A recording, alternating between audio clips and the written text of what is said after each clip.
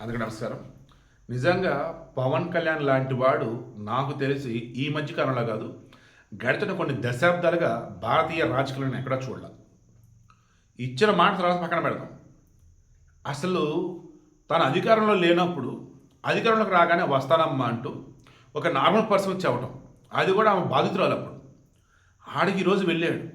ఏ రకంగా ఒక ఉప ముఖ్యమంత్రి పదవిలో ఉంటూ తన జీతంలో 5,000 నెల నెల ఆమెకి ఇస్తామంటూ ఆయన సొంత డబ్బులు ఒక 50,000 ఆమెకి ఇచ్చి, ఆమె మనవడు ఎవరు ఉన్నారు వికలాంగుడు, అతనికి ₹1,00,000 ఇచ్చి, వాళ్ళ ఫ్యామిలీలో ఒకరికి హెల్త్ ఇష్యూస్ ఉంటే ₹3,00,000 సీఎం రిలీఫ్ ఫండ్ కింద చెక్ ఇచ్చి, ఆ నెక్స్ట్ మరలా ఆమెతో అంతే ప్రేమగా వాళ్ళతో ఉన్న మూమెంట్లో ఆమె అంద కదా, ప్రేమతో కల్మషం లేని మనసుతో, అయ్యా నువ్వు సీఎం అవ్వాలయ్యా, కనీసం 5 సార్లు నేను సీఎంగా చూడాలయ్యా అంద పాపం. వీడిగా మెయిన్ ఇంటిషన్ ఒకే ఒకటండి, కూటమి విడిపోదు, కూటమి కలిసే ఉంటుంది. పవన్ కళ్యాణ్ రాష్ట్రాయి రాజకీయాలలో గ్రౌండ్ లెవెల్కి ఎంత దూరమైన వెళ్తాడు, వైసీపీని నామరూపాలు లేకుండా చేస్తాడు. మేబీ జాతీయ రాజకీయాల్లో లోకేష్ చక్రం తిప్పుతూ ఉంటే రాష్ట్ర స్థాయిలో వచ్చేసి ఏపీని ముందుకు తీసుకెళ్తాడు పవన్ కళ్యాణ్ అన్నట్టు. ఓవరాల్గా టీడీపీ జనసేన బీజేపీ కలగలిసే మరో 10 ఏళ్ళు 15 ఏళ్ళు రాష్ట్రంలో ఉంటుంది. వైసీపీ కానీ జగన్ కానీ అసలు ఏమాత్రం వాళ్ళ ఒకవేళ మహరి మంచిగా ఉంటే ఓకే, లోకేష్ అన్నట్టుగా మాతో కూడా కలిసి వస్తానే రండి అన్నట్టు. లేదు మేము ఇంతే మా బతికింతంటే జనాల్లో ఏమాత్రం ఒక పాజిటివ్ అన్నది రానివ్వకుండా, అంటే వైసీపీ పట్ల జనాల్లో ఒక పాజిటివ్ కన్సర్న్ అన్నది రానివ్వకుండా, పాజిటివ్ అయినా శభాష్ అనిపించుకోవడం అయినా కూటమి వాళ్ళే. అందులో పవన్ కళ్యాణ్ వచ్చేసి గ్రౌండ్ లెవెల్లో అతను చేస్తున్నాడు కదా, అస్సలు ఒక పొలిటీషియన్ చేస్తున్నట్టు చేయట్లా.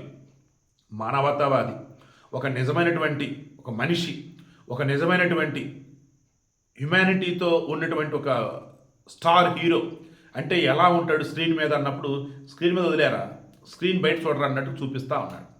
నిజంగా ఆమె నాగేశ్వరమ్మ ఎవరైతే ఈరోజు పవన్ కళ్యాణ్తో పాటు మనకు లైవ్లో కనపడ్డారో, నిజంగా ఆమె అదృష్టవంతులండి.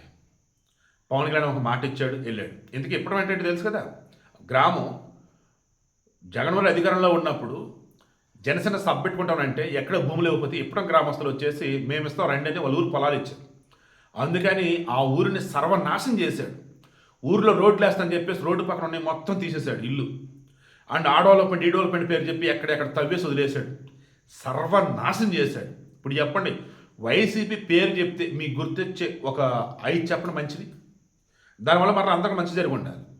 ఏమంటే 5 చెప్పండి, కనీసం 2, పోనీ 1 ట్రై చేయండి. విధ్వంసం అంటారా, రోజు అవే చెప్తున్నా నేను, ఓకేనా? ఇప్పటికన్నా ఆ వైసీపీ అంటే ఓ పార్టీ అనుకున్న వాళ్ళు, జగన్ అంటే ఓ నాయకుడు అనుకున్న వాళ్ళు మారండి.